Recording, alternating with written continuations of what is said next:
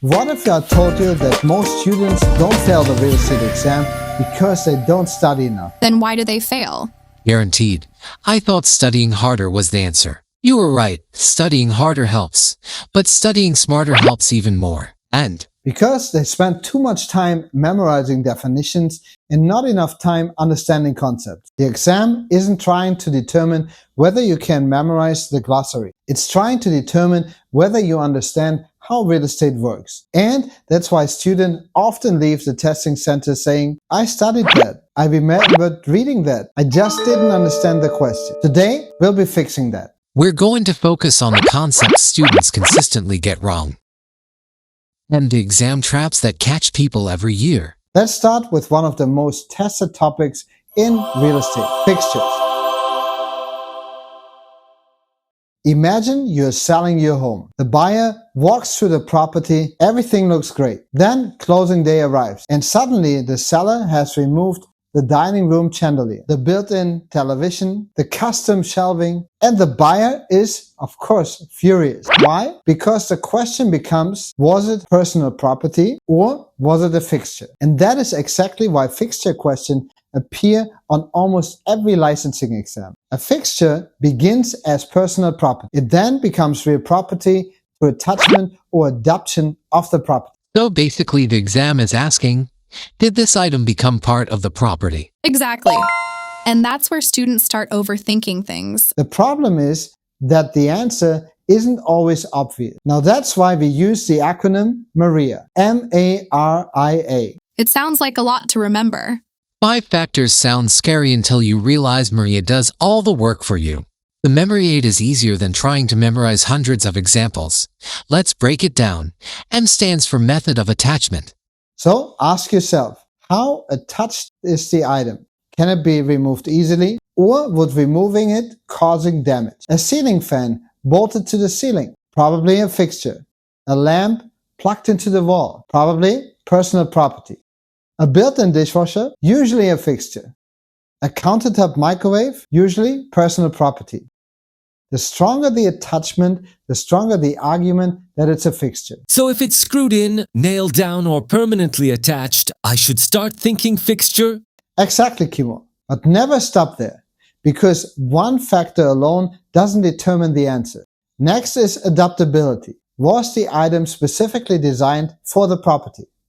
Imagine custom hurricane shutters made specifically for the house. Could they be used somewhere else? Probably not. And that makes them more likely to be a fixture. Think custom cabinetry, custom built-ins, custom window coverings. Items uniquely adapted to the property that tend to be fixtures. So custom-made usually pushes me toward fixture. That's a great starting point. Just remember to evaluate all 5 Maria factors. Now, what if the item isn't attached but was custom made for the house? Excellent question. That's where students begin seeing why Maria matters. Sometimes adaptability overweights the attachment. That's why you evaluate the factors. The R stands for relationship of the parties. This one surprises students. The law often interprets fixture disputes differently depending on who is arguing. The buyer versus seller, the landlord versus tenant, the borrower versus the lender. The courts may interpret the facts differently depending on the relationship of those involved. Why does that matter? Because the law tries to achieve fairness based upon the circumstance. That's why relationship is a part of Maria. The I stands for intention. This is often considered one of the most important factors. What was the person's intention when the item was installed? Was it intended to remain permanently or temporarily? For example, a wall-mounted TV. Many students immediately say it's a fixture. Well, not so fast. The mounting bracket may be a fixture. The TV itself may remain personal property. That feels like something the PSI exam would absolutely try to trick people with. That's why it's great that we are talking about it. The intention matters. That's exactly the kind of question the exam would ask. Correct. And that's what makes fixtures difficult. They are rarely black and white. And finally, the agreement. What did the parties agree to? This is huge in real estate transactions. The purchase contract can clarify whether an item stays or it goes. If the contract says the refrigerator stays, it stays. If the contract excludes the chandelier, it may be removed. The written agreement often resolves disputes before they can happen. Exam trap: students often focus on what they think should stay. The exam focuses on legal analysis. Always use Maria, not emotions. Maria will get you the point. Quiz question. A seller removes custom built-in bookshelf before closing. The buyer objects. What concept should you immediately think about?